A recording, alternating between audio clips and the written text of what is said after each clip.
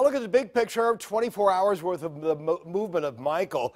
And of course, it has now moved all the way on up as just a smear of rain and an extra tropical storm. Really, it's just a storm moving offshore of the Canadian maritime provinces. There's Halifax, Nova Scotia, St. John's, Newfoundland. So again, that's what's going on. You also saw some rain off to the west on this map. Well, it's not likely that we're going to get much out of that. We could see an isolated sprinkle tomorrow morning, but not too much more than that. But as long as we've got 24 hours worth of looping action here, you can see that rain moving out, our skies clearing off nicely.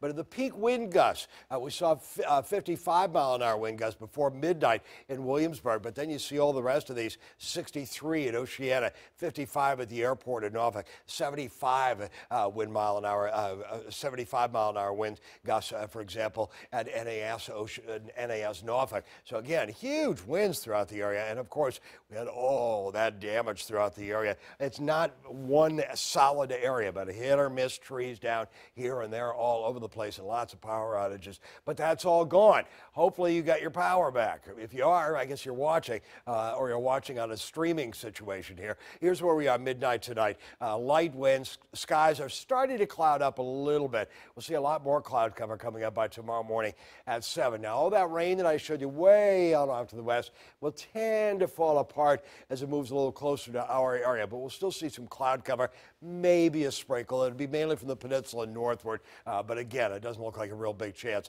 Then our skies clear off, and we'll see the wind pick up a little bit out of the northwest, 10 to 15 miles an hour during the afternoon. I'm going a degree warmer than that. I'm going 67 for a high temperature, which is great. The average high temperature this time of year is 71 for the day tomorrow, so we'll actually be below average.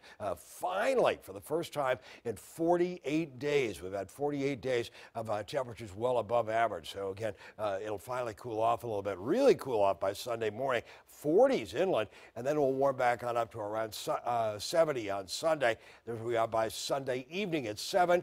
This is the medium range forecast model. It's highly detailed, a lot more detailed than a longer range forecast model. But the longer range forecast models do give us an idea of what's going on from Sunday evening, where we left off, all the way on into Thursday. Here's the European forecast model.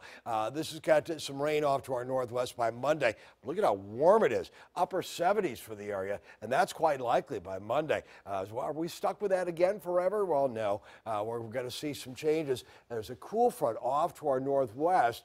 You can see it there reflected in that wind shift line on the top of your screen, 7 o'clock on Tuesday morning. Look at how warm it is still, 73. But rain's moving on in, and that cool front drops through during the day, and it'll cool things off even in the afternoon to the 60s. So again, big changes coming up for the day again on Tuesday. Could even see a little bit of rain into Wednesday morning, 60s, and this will be out by Thursday. I'm going warmer than this. This is going 50s. I'm going 60s for a high temperature coming up for the afternoon on Thursday. So here's what's going on. Next 7 days, 67 degrees, some morning cloud cover, maybe a stray shower coming up tomorrow morning for the peninsula northward, but again, not real likely. Sunshine and cloud cover during the day on Sunday, 70, 79 degrees. Lots of cloud cover moving in for the day on Monday. Warm day, but that's the only one on here. The rest of them are basically around average or a little bit below average all the way into next week.